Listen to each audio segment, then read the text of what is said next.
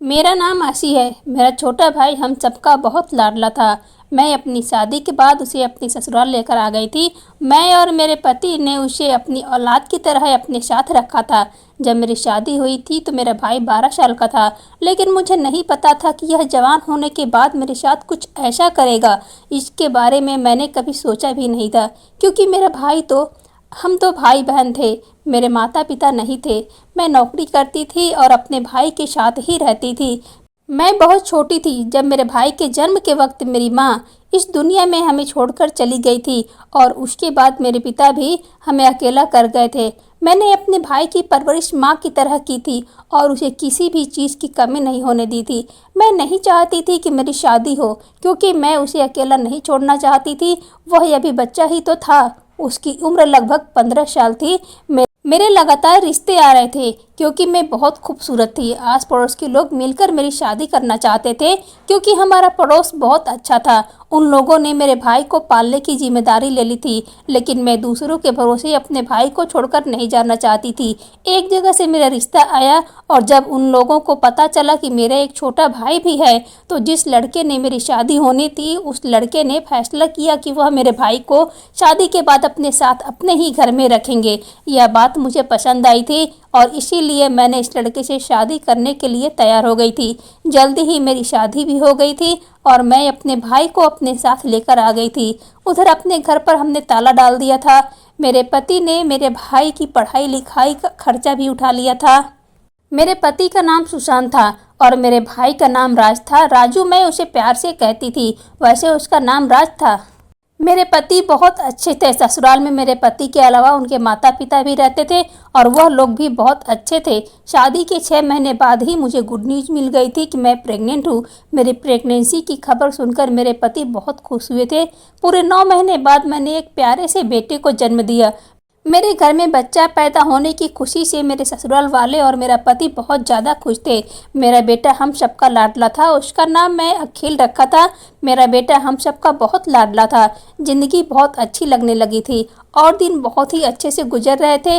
मैं अपने बेटे को लेकर एक दिन भाई के साथ मार्केट चली गई थी, क्योंकि मेरे पति दिन के टाइम में ऑफिस में ही होते थे। उन्होंने कहा होता था कि दिन के टाइम में अगर तुम्हें कोई भी काम हुआ करे तो तुम राजू को ले जाया करो।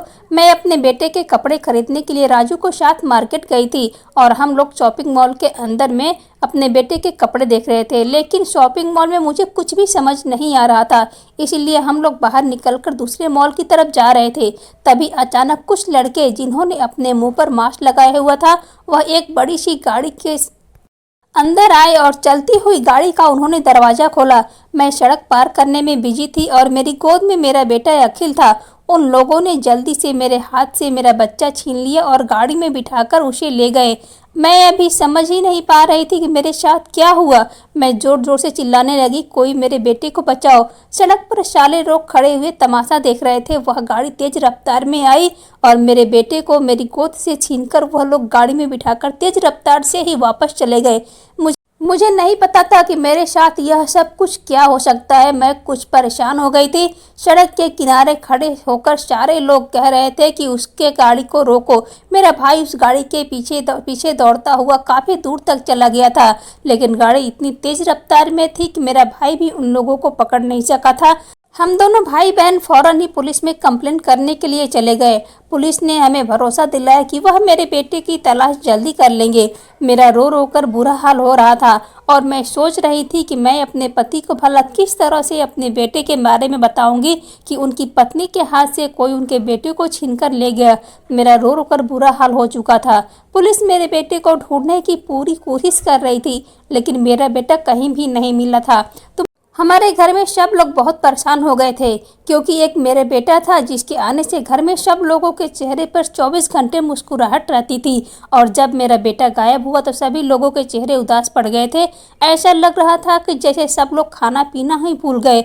लगभग 1 हफ्ते तक मेरे बेटे को पुलिस तलाश करती रही। उसके बाद पुलिस भी हार मान गई थी, और मेरे बेटे का कुछ पता नहीं चल सका। मैं रोज़ पुलिस स्टेशन जाकर पुलिस वालों से अपने बेटे के बारे में पूछती, लेकिन हर बार पुलिस वाले कहते कि आपके बेटे का कुछ पता नहीं चल सका।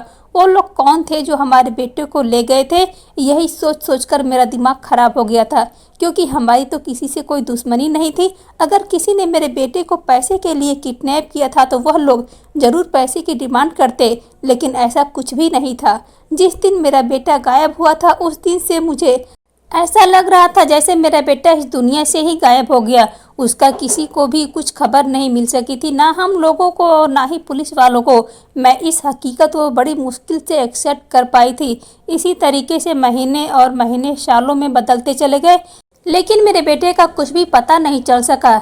मैं जी तो रही थी लेकिन अंदर से मर चुकी थी। मेरे बेटे को गायब हुए लगभग 10 साल हो गए थे, लेकिन अभी तक उसका कुछ भी पता नहीं चला था और ना ही इस दौरान मुझे कोई दूसरा बच्चा पैदा हुआ था।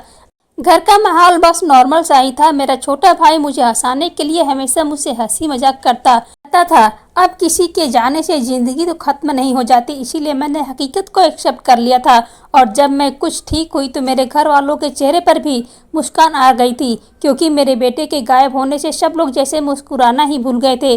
मेरा भाई भी अब जवान हो चुका था। मुझे पता ही नहीं था कि मेरा बेटा इस दुनिया में है भी या नहीं। मैं हर रात उन दरिंदों को बुरा भला कहती थी जिन्होंने मेरे बेटे को किडनैप किया था। वह दिन मेरी ज़िंदगी का सबसे बड़ा दिन था। मेरा अब भाई जॉब करने लगा था। उसकी बहुत ही बुरी आदत थी। वह हर हफ्ते मुझे शर्त लगाता कि कहता, दीदी देखना, एक दिन हमारा अखिल घर पर ज़रूर वापस आएगा, वह हमें मिल जाएगा और जब वह हमारे घर आएगा तो हमारे घर की हालात भी बिल्कुल ठीक हो जाएंगे।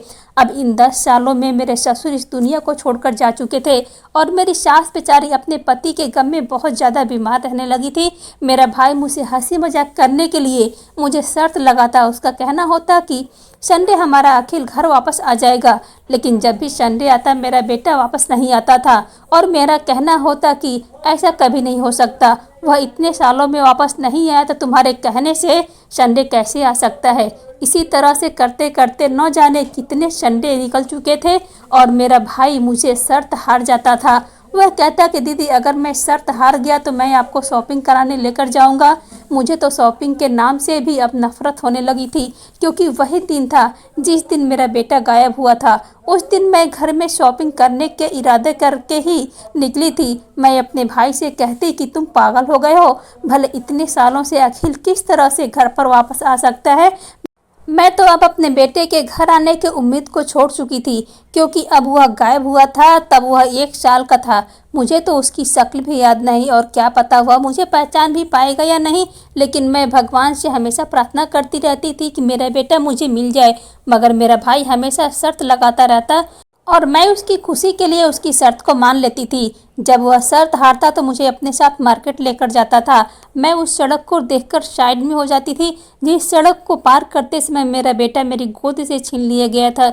मेरी आंखों से आंसू आ जाते थे। अपने भाई की खुशी के खातिर मैं हमेशा उसके साथ शॉपिंग करने के लिए चली जाती थी, लेकिन मुझे शॉपिंग करने में वह मज़ा नहीं आता था जो पहले आया करता था। बस मैं फॉर्मेलिटी पूरी करने के लिए चली जाती थी। मुझे जो भी चाहिए होता था मैं ऑनलाइन मंगा लेती थी, लेकिन मुझे बाजार जाना बिल्कुल भी पसंद नहीं था। अब अपने भाई की खुशी के खातिर मैं खामोश रहती। मेरा भाई हर बार भले ही अपनी शर्त हार जाता था, लेकिन जिद करके मुझे मार्केट जरूर लेकर जाता था। मुझे वह दिन याद आते हैं जब मैं शादी करके इस घर में आई थी। मेरे पति मेरे साथ साथ मेरे भाई को भी एक्सेप्ट कर लिया था। इस दुनिया में बहुत कम ऐसे लोग होते हैं जो अपनी पत्नी का हर अच्छे बुरे वक्त में साथ देते। मेरे पति ने मेरे हर अच्छे बुरे वक्त में मेरा साथ दिया था। उन्होंने मेरे भाई को भी सिर्फ इस घर में जगह दी, बल्कि उसके लिए वह सब कुछ किया था जो मेरे पिता जिंदा होते तो उसके लिए करते। मेरा भाई मुझे बहुत ही प्यारा था। मुझे अपने दिल की सारी बातें करता था, बल्कि वह मुझसे नहीं अपने जीजू से भी सारी बातें शेयर करता था। वह मेरे पति को अपना जीजू नहीं बल्कि उनको अपना बड़ा भाई समझता था। मेरे पति ने कभी भी मेरे भाई की किसी भी हरकत पर कोई एतराज़ नहीं किया था और ना ही मेरे सास ससुर को मेरे भाई के मेरे ससुराल में आकर रहने पर कोई एतराज़ हुआ था, बल्कि उन्होंने हमेशा मेरे भाई को अपने बेटे जैसा ही समझा था। मेरा भाई भी उन लोगों को अपने माता पिता ही समझता था और उनका बहुत कहना मानता था, बल्कि मेरी सास की वह बहुत सेवा करता था। अभी कुछ सालों पहले जब मेरे ससुर की मौत हुई थी तो मेरी सास बहुत बिखर गई थी और वह बीमार रहने लगी थी। इधर मेरे दिल पर भी अभी बेटे का सदमा लगा हुआ था। मैं भी संभाल नहीं पा रही थी और मेरे पति नौकरी करते थे। मेरे भाई ने मेरी सास और मुझे हम दोनों को संभाला था। मेरे पति को मेरे भाई पर बहुत ज़्यादा भरोसा था। कभी कभी मैं देखती थी कि मेरे पति बहुत ज़्यादा परेशान रहते थे, मुझे कभी कभी ज़्यादा बातचीत भी नहीं करते थे। मुझे लगता था कि शायद उन्हें भी अपने बेटे की याद आती होगी। भला मैं अपने बेटे की माँ थी तो वह भी तो उसके पिता थे। मैं कभी भी इस बात को वहाँ समझती तो कभी उनसे पूछने की कोशिश कर लेती कि सुशांत, आपको क्या हुआ है? आप क्यों परेशान रहते हो? क्यों आपको मेरी तरह अखिल की बहुत याद आती है? मेरे पति कहते कि माय डियर वाइफ, कुछ नहीं हुआ है, मैं ठीक हूँ और वह मेरा बेटा है, हमेशा मुझे याद आता ही रहेगा। उसे याद करने का कोई टाइम नहीं है। मेरा बेटा जब पैदा हुआ था पूरा घर उसके आने से चहक उठा था। मेरा भाई तो उसे बहुत ही ज़्यादा प्यार करता था, मगर पता नहीं ऐसा क्या हुआ कि मुझे अपने भाई के नीयत पर अब धीरे धीरे शक होने लगा था, क्योंकि मेरा भाई अब कुछ दिनों से बहुत अजीब अजीब हरकतें करने लगा था। किसी से फ़ोन पर बातें करता तो बहुत चोरी चुपके बात करता था। अगर मैं उससे पूछती कि तुम किसी से बात कर रहे हो तो वह बातों को गोल गोल कर कर घुमा देता था। मुझे लगा कि शायद उसका किसी लड़की से अफेयर चल रहा है। मैंने उससे कहा कि बता दो, अगर कोई लड़की है तो मैं खुशी खुशी उसके घर रिश्ता लेकर चली जाऊंगी, मुझे कोई एतराज़ नहीं। लेकिन मेरा भाई साफ इनकार कर दिया करता था कि ऐसी कोई बात नहीं है। तो न जाने फिर कैसी बात थी और वह कैसे हरकतें क्यों कर रहा था। इन सब में एक बात बहुत अजीब थी कि मेरा पति और मेरा भाई दोनों ही एक दूसरे से नज़रें चुराते थे। मैं भी उन लोगों को इग्नोर करते हुए अपने काम में बिजी रहती थी और भगवान से हमेशा यही प्रार्थना करती थी कि मेरा बेटा जहाँ भी हो सही सलामत हो। मैं शायद अपने बेटे के लिए एक तरीके से भूल भी जाती। भगवान मुझे मेरे बेटे की जगह अगर कोई दूसरी औलाद देता, लेकिन शायद भगवान ने मुझे यह खुशी भी छीन ली थी। मेरे बेटे के जाने के बाद दोबारा मैं कभी प्रेग्नेंट नहीं हुई थी, और औलाद पहले हो या दूसरी, औलाद तो औलाद ही होती है। मैं अभी भी हर रात रोती थी। मेरे पति मुझे चुप कराते थे और कहते कि हमारा बेटा हमें ज़रूर मिल जाएगा। मैं अपने पति की एक ही सवाल करती थी कि भला आपको कभी भी उम्मीद है कि हमारा बेटा हमें वापस मिल जाएगा? हम हमारे बेटे को जब खोए हुए थे इतने साल हो चुके हैं। जब मेरा बेटा खोया तब मेरा भाई मुझे हर संडे को शर्त लगाता था कि देखना दीदी, इस संडे हमारा अखिल हमें ज़रूर मिल जाएगा। मैं अपने भाई को हमेशा पागल कहने लगी थी और उसकी बातों पर वह मुझे पागल कहने लगता था। अब तो मैं अपने बेटे की शक्ल सूरत भी भूल गई थी, क्योंकि मैं अपने बेटे को 10 साल पहले देखा था और उस वक्त उसकी उम्र 1 साल थी। मेरी ममता रोज मेरे बेटे को पुकारती थी। मेरा भाई कहता कि देखना दीदी, हमारा अखिल जरूर वापस आएगा और कोई खुशखबरी भी लेकर आएगा। उसके आने से हमारे घर के हालात भी ठीक हो जाएंगे और आप भी बिल्कुल ठीक हो जाओगी, दोबारा से खुश रहने लगोगी और बिल्कुल सेहतमंद हो जाओगी। मेरे भाई की इस बात का क्या मतलब था कि आज तक मुझे समझ नहीं आया था। भला वह किस खुशखबरी की बात करता था। मैंने उसे पूरी तरह से पागल समझना शुरू कर दिया था। कभी कभी मुझे सपना आता कि नींद में मेरे सामने कोई बच्चा खड़ा हुआ है और वह कहता कि माँ, मैं आपका बेटा हूँ, मैं आपका अखिल हूँ। जब मैं सुबह उठती तो उस बच्चे की शक्ल को भूल जाती हूँ। यह बात मैं अभी तक घर में किसी को भी नहीं बताई थी। शायद यही मेरी सबसे बड़ी भूल थी। रात का टाइम था, सब लोग सो रहे थे। यही लगभग रात के 2 बजे का टाइम होगा। मुझे बहुत ज़्यादा प्यास लगने लगी थी। मैंने सोचा किचन में जाकर ठंडे पानी बोतल से लाकर अब पीती हूँ। जैसे ही उठी और पलटकर बेड की तरफ देखा तो देखकर हैरान रह गई कि आधी रात के टाइम हो रहा है और मेरे पति मेरे बेड पर मौजूद नहीं थे। मैंने अपने पति को पूरे घर में ढूंढ लिया था, यहाँ तक कि मेरा भाई भी अपने कमरे में मौजूद नहीं था। उसके कमरे का दरवाज़ा खुला हुआ था और वह अपने बिस्तर पर मौजूद नहीं था। मैं देखने गई थी कि कहीं मेरे पति मेरे भाई के कमरे में तो नहीं चले गए। उन दोनों में से कोई भी मुझे पूरे घर में नजर नहीं आ रहा था। मैं दबे पांव छत पर भी देखने के लिए चली गई थी। छत पर भी उन्हें न पाकर मुझे बहुत ज़्यादा हैरानी होने लगी थी।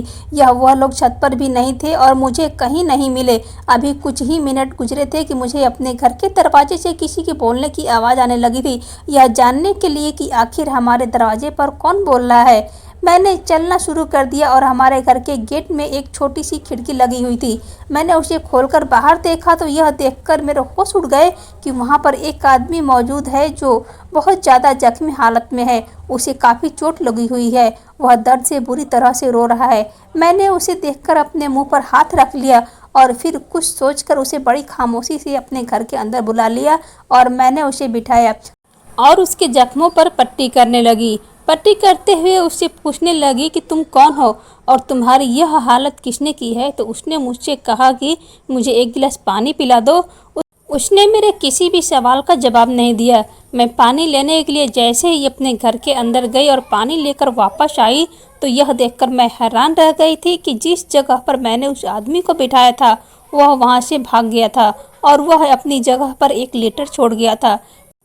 मैंने जैसे ही उस लेटर को खोलकर पढ़ा तो मेरे पैरों तले जमीन निकल गई। उसमें लिखा हुआ था कि अगर तुम अपने बेटे को हासिल करना चाहती हो तो तुम अपने भाई को मेरे हवाले करना होगा। बस उसमें इतनी सी ही बात लिखी हुई थी। मैं यह सोच सोचकर परेशान हो रही थी कि आखिर यह आदमी कौन है। उस आदमी की शक्ल ठीक से नहीं देख पाई थी क्योंकि उसका चेहरा बुरी तरह से जख्मी था और वह बार बार अपने चेहरे पर हाथ रख रहा था। अब रोज ऐसा होने लगा था, किसी न किसी तरह से हमारे घर में ही मुझे कोई न कोई चिट्ठी मिलती थी और उसमें लिखा होता था कि अपने भाई को मेरे हवाले कर दो तो तुम्हें तुम्हारा बेटा मिल जाएगा। भला मेरे घर में यूं ही चिट्ठी कौन रखता था। यह सब सोच सोचकर मैं पागल हुई जा रही थी। मेरा पति, मेरा भाई या फिर मेरी सास, क्योंकि हम 4 लोग ही इस घर में रहते थे और यह चिट्ठी हर बार मुझे ही क्यों मिलती थी। स्पेशली यह चिट्ठी कोई मेरे लिए ही लिख रहा था।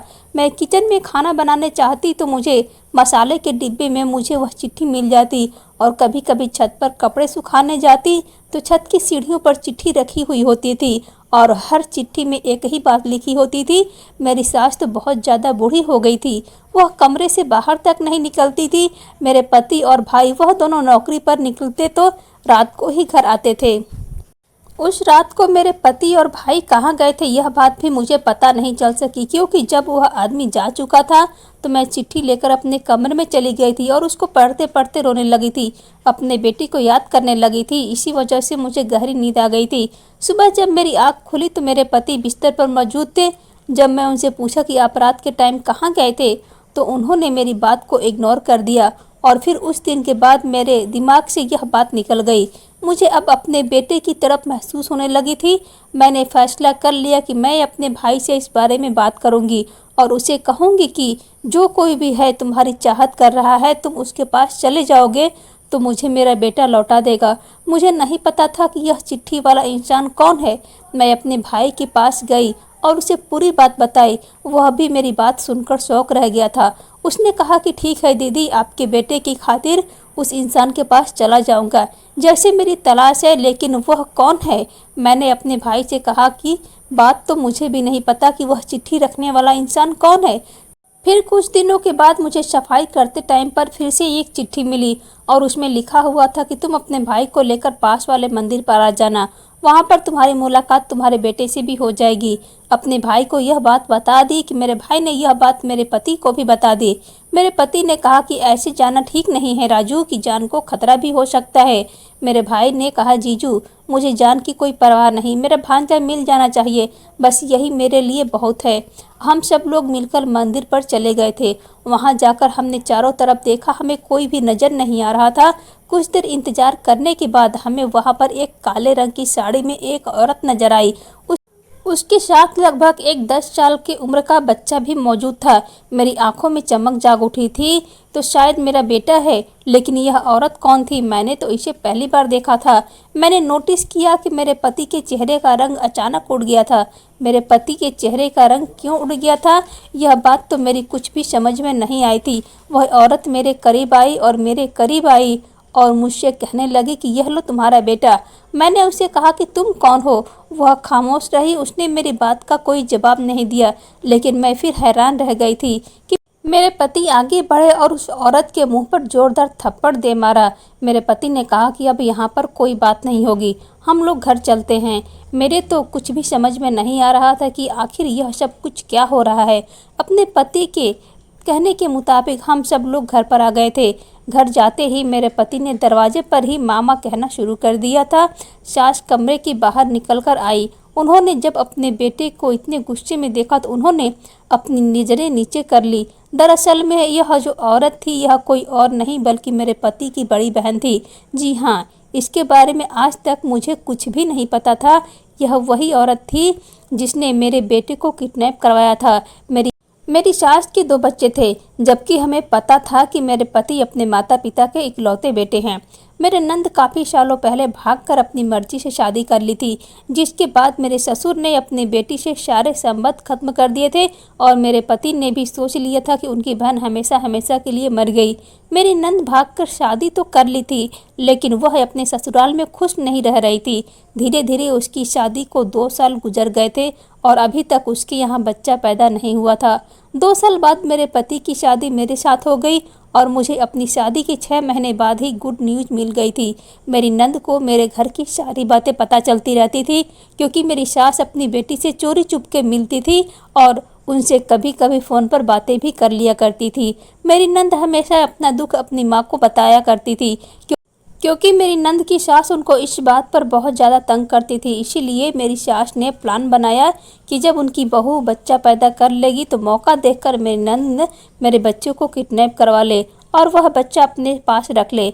इस तरह उनकी सूनी गोद भी भर जाएगी और उनके ससुराल वाले का मुंह भी बंद हो जाएगा।